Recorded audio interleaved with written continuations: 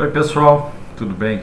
Dessa vez aqui eu estou com equipamento novo, né? Vamos ver se dá certo. Eu preciso me adaptar, eu acho que aqueles que me acompanham também, tá? E nesse vídeo eu vou falar de duas situações que podem ocorrer numa assembleia que pode gerar alguma dúvida, tá? Mas depois dessas aulas, desse vídeo aqui, vocês vão ver que na verdade não tem problema nenhum, tá? O primeiro deles é inadimplente na Assembleia. Eu acho que devagar isso já está se disseminando, praticamente hoje não tem qualquer dúvida. E eu queria só lembrar o seguinte, que em oposição ao direito do condomínio não permitir a presença do inquilino, do inadimplente numa Assembleia, a gente tem o direito de propriedade. Né? E o que diz esse direito de propriedade? Que uma parte de tudo do condomínio é dele. Se vocês, por exemplo, estiverem fazendo a assembleia no salão de festa e o condomínio tem 100 apartamentos, 1% daquele salão de festa é dele. 1% de cada mesa que estiver lá dentro é dele. 1% de cada cadeira. Eu já tive uma assembleia impugnada por um condômino, né, que entrou com uma ação para impugnar. Não lembro mais, faz tempo isso, tá? Mas o juiz concedeu, simplesmente ele tinha o direito de propriedade. Se a lei civil fala que ele não pode participar e não pode votar, por outro lado, a Constituição Federal, no artigo 5º, no inciso 22, diz que tem que ser garantido o direito de propriedade. Ele poderia muito bem, talvez ele até tenha se aproveitado da situação, mas ele poderia tranquilamente ter entrado na Assembleia e ficado quietinho. Olha, eu vou ficar lá no fundinho, quietinho, não vou abrir a boca, tá? Não vou votar e pronto, né? E assim, eu acho que o síndico na época não foi orientado e ele não permitiu e a coisa gerou uma confusão. O que eu costumo fazer em toda a Assembleia? Na hora que alguém me informa lá do condomínio, olha doutor, essa pessoa está inadimplente e está querendo entrar, tá? Eu vou lá, converso fora do ambiente, só eu e ele, para não gerar nenhum constrangimento, e aviso ele, explico, olha, você pode, assim, por mim, você pode entrar, normalmente quando eu aviso o síndico permite, só que você não vai dar opinião e não vai votar, tá? Se você insistir, eu vou ter que falar em público, lá dentro.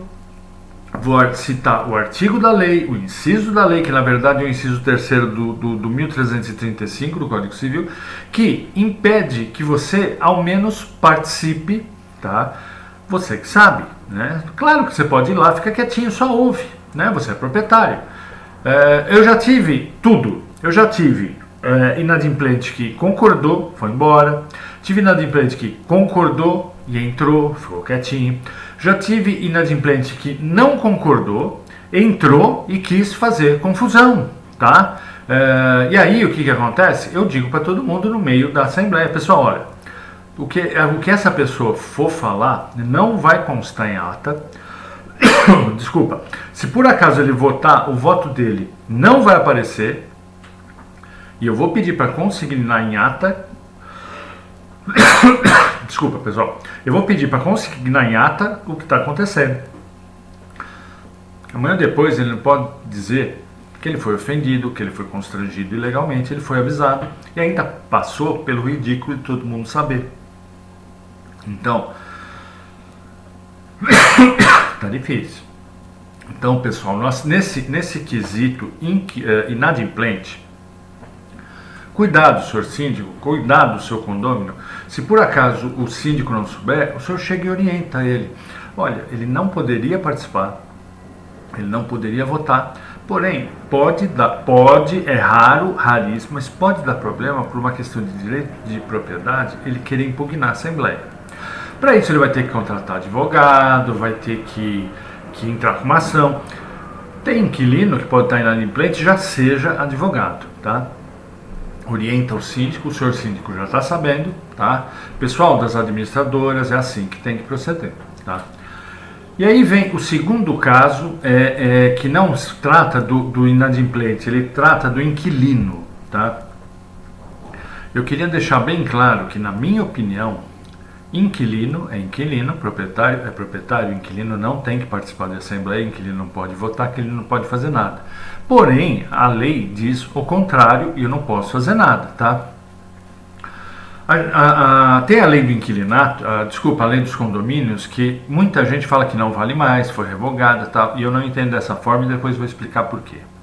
No artigo 24, parágrafo 4º, ela fala o seguinte, que nas decisões, nas decisões das assembleias, como que a pessoa vai votar, por exemplo, se ela não estiver na assembleia? Então, está autorizado a permanência de inadimplentes de inquilinos em assembleia, nos casos em que não envolvam despesas extraordinárias, tá?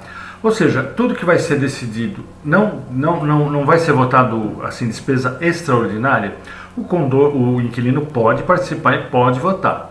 Por quê? Vou dizer, o que é primeiro lugar, o que é uma despesa extraordinária, tá? Ela está regrada no artigo 22 da lei do inquilinato, que diz que todo o locador, né, ele é obrigado a pagar as despesas extraordinárias, ou seja, se numa assembleia está sendo decidido sobre despesa extraordinária, quem vai pagar é o proprietário, o condômino, o inquilino não pode estar presente, e nem mesmo se na mesma assembleia estiver sendo votado despesa ordinária. Não tem nessa de, olha, você pode entrar, nós vamos votar despesa ordinária, você pode sair agora porque é extraordinária. Não tem despesa extraordinária, condômino não pode entrar e isso é taxativo. Tem alguma votação que vai envolver despesa ordinária, ele pode, porque já no artigo 23 da lei do inquilinato fala que o locatário, ou seja, o inquilino, ele é obrigado a pagar as despesas referentes à manutenção, ao uso do imóvel. Por exemplo, despesa de manutenção de elevador, manutenção de bomba, enfim, folha de pagamento, água, luz. Por que eu sou contra, tá? Vamos supor que numa assembleia vá se votar apenas as despesas ordinárias, ou seja, aquelas dos inquilinos, e não é raro, pode ser que aconteça, apareçam apenas inquilinos, tá? Aparecem 5 inquilinos e 1 proprietário. Aí vem uma despesa, lá eles vão analisar a despesa do contrato de manutenção do elevador, que é uma coisa caríssima, tá? Ou seja, até uma reforma do elevador, que isso é uma despesa ordinária, isso aí é decorrente do uso do elevador, é uma coisa a água e a luz. E aí, nesse caso, os inquilinos vão poder votar.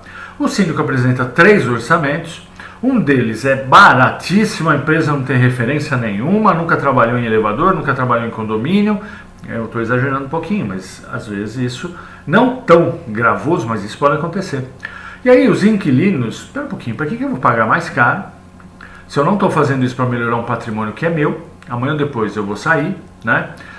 Então vamos votar o mais barato. E aí essa empresa faz um serviço péssimo, tá? O que significa? Houve para o condomínio, houve para a estrutura, para os condôminos, um prejuízo enorme. E o inquilino decidiu. Eu vou defender sempre que o inquilino possa participar das assembleias que não tiverem votação de despesa extraordinária. Sempre. Está na lei. A gente não tem... Eu falo isso muito, né? Por que a gente cumpre uma lei? Não é porque ela é boa, ruim, é certa, errada, nem justa e injusta. É porque é uma lei. Sendo lei, a gente tem que cumprir, embora eu não concorde com isso, tá? E aí vem aquela história, só para explicar para o pessoal, pô, mas disseram que a lei lá da lei condominial está revogada. Não é bem assim, eu vou ler para vocês o seguinte, ó. Existe a lei de introdução ao direito brasileiro, todo advogado conhece, no meu tempo era a lei de introdução ao Código Civil, depois mudou de nome, alguma modificação. Olha só o que ela fala, isso aí eu vou ter que ler, tá? A lei revoga a anterior quando expressamente o declara. Isso é artigo 2º, parágrafo 1º, tá? Esse artigo 2º, ele vale para todas as leis que vocês possam imaginar. É uma lei de introdução às normas do direito brasileiro, é uma lei muito séria, tá?